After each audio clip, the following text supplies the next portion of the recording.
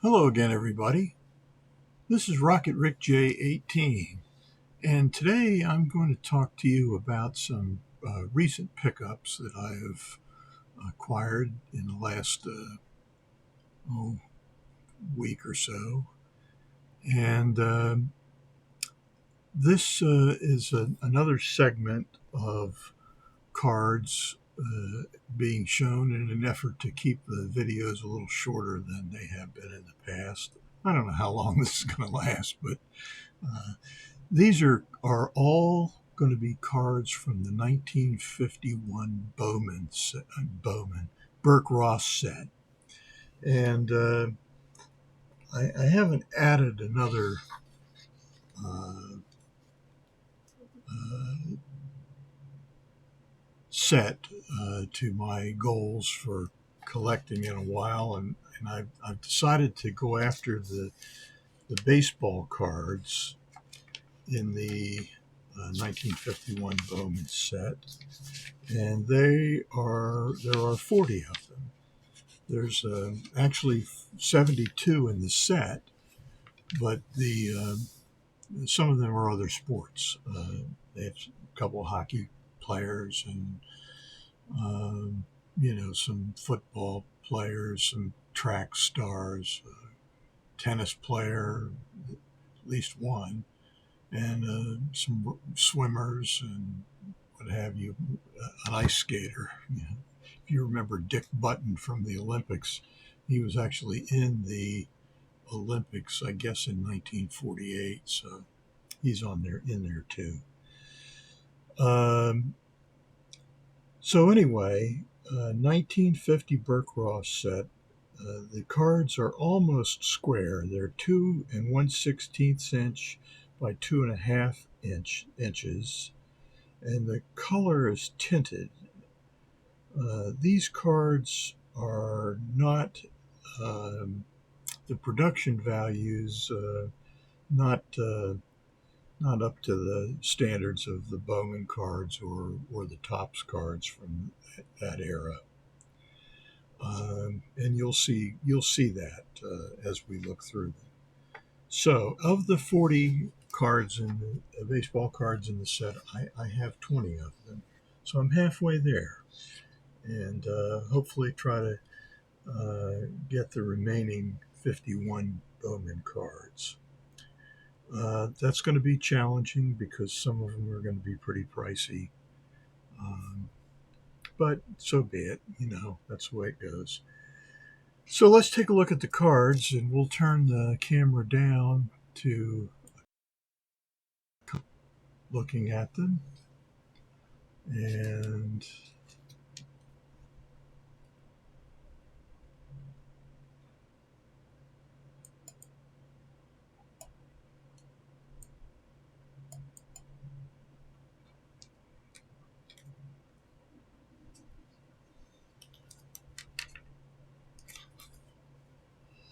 so the first card I have to show you is the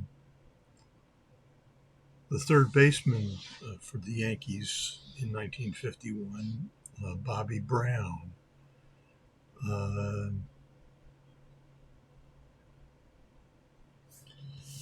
and the card notes that Bobby Brown, born in Seattle, Washington, uh, that he hit 264 in 95 games in 1950. Many of these cards are either Phillies or Yankees. The Yankees won the World Series in 1951. They also won it in 1950. The Phillies were National League champions in 1950, and so you're going to see a lot of cards of Yankees and Phillies. So this is card number. They came in two card panels, separated or perforated down the middle, so that the cards could be separated, and many of them are. But we're going to show you one example of two that are not separated. So the card number two or card number 2-6 rather, is from the second series of 4, and the sixth card in the second series. So that's Bobby Brown. Next is a 2-card panel set of Vic Raschi right here and Billy Goodman of the Red Sox right here.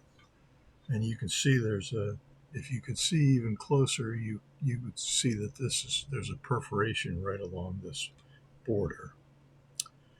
Vic Raschi was one of the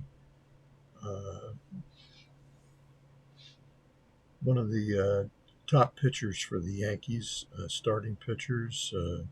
He won 21 games and lost only 8 in 1950, along with Eddie Lopat and Allie Reynolds.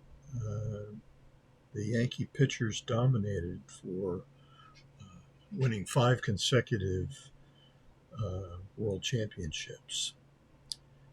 Billy Goodman was a infielder with the Red Sox. He's the only Red Sox player among the cards that I'm going to show you. Next is the guy who was credited with saving the Yankees in 1949, and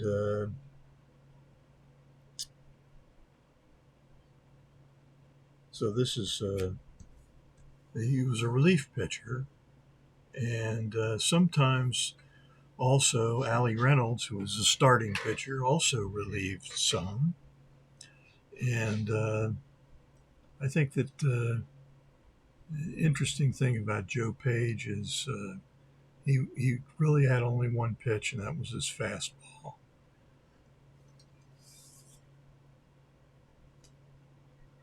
Okay, next is Eddie Lopat, one of the Yankees' big 3, not including Joe Page. And here is another Eddie Lopat. This one I think is a little better in terms of centering, but I think I like this one a little better in terms of registry, and many of these cards are terribly out of register. And why do I have 2 Eddie Lopats? Well, because I really like Eddie Lopat, and I have a really good friend, Adam from the Vintage Sanctuary, who is also a big Eddie Lopat fan. So there we go. Here is Andy Semenuk. Andy was a catcher with the Whiz Kids, the 1950 Phillies.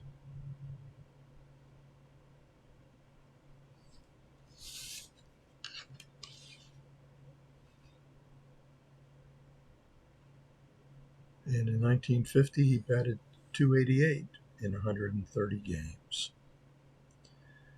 This is card number from Series 3, card number 7, Andy Semenuk. Next is Series number 3, card number 8, and this is Dick Sisler, an infielder.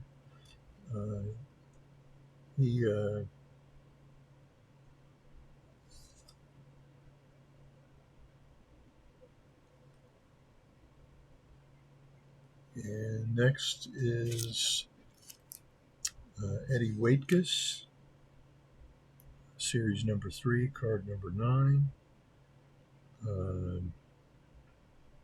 He played first base for the Phillies, and is maybe best known for being the actual baseball player for whom the story of the Natural, including a gunshot in a hotel in Chicago,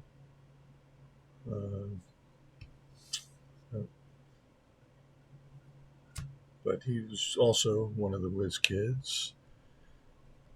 Here are two cards of Ken Heinzelman, and again, this one is much better centered, um, both on the front and the back. And this is Ken Heinzelman, who was another pitcher with the Phillies during the Whiz Kids run to the World Series in 1950. Next, we have Cliff Mapes, an outfielder with the Yankees, not a regular player, but he did bat 246 in 108 games in 1950. Uh, and again, this is series number 4, card number 2, Cliff Mapes. Series number 4, card number 4 is Tommy Byrne, who was a left-handed starting pitcher, won 15 games and lost 9. Had a very good fastball. Sometimes had difficulty in locating it. So here's Tommy Byrne.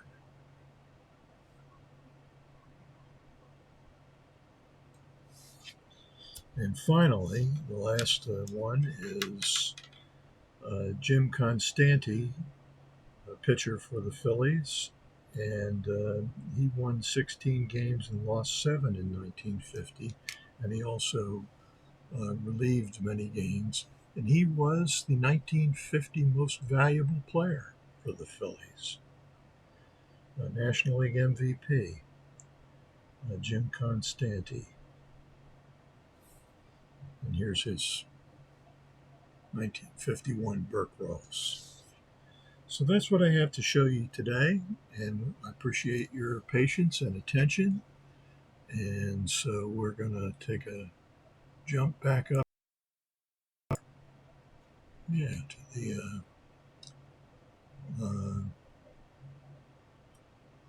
to the see my beautiful face. Not really. Yeah, I don't think so either, really, to be perfectly candid.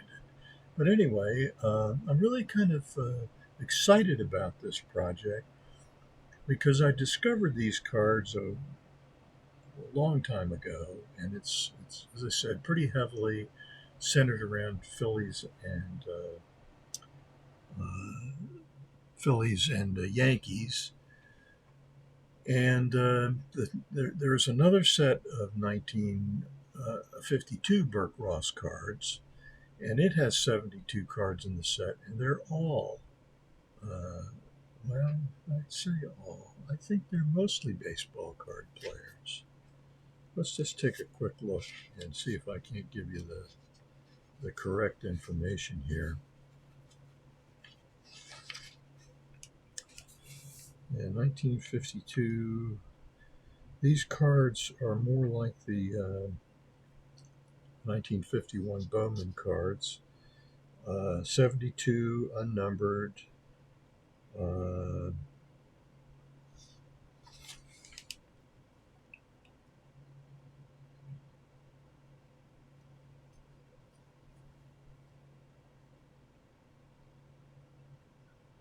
yeah, I think they are all. I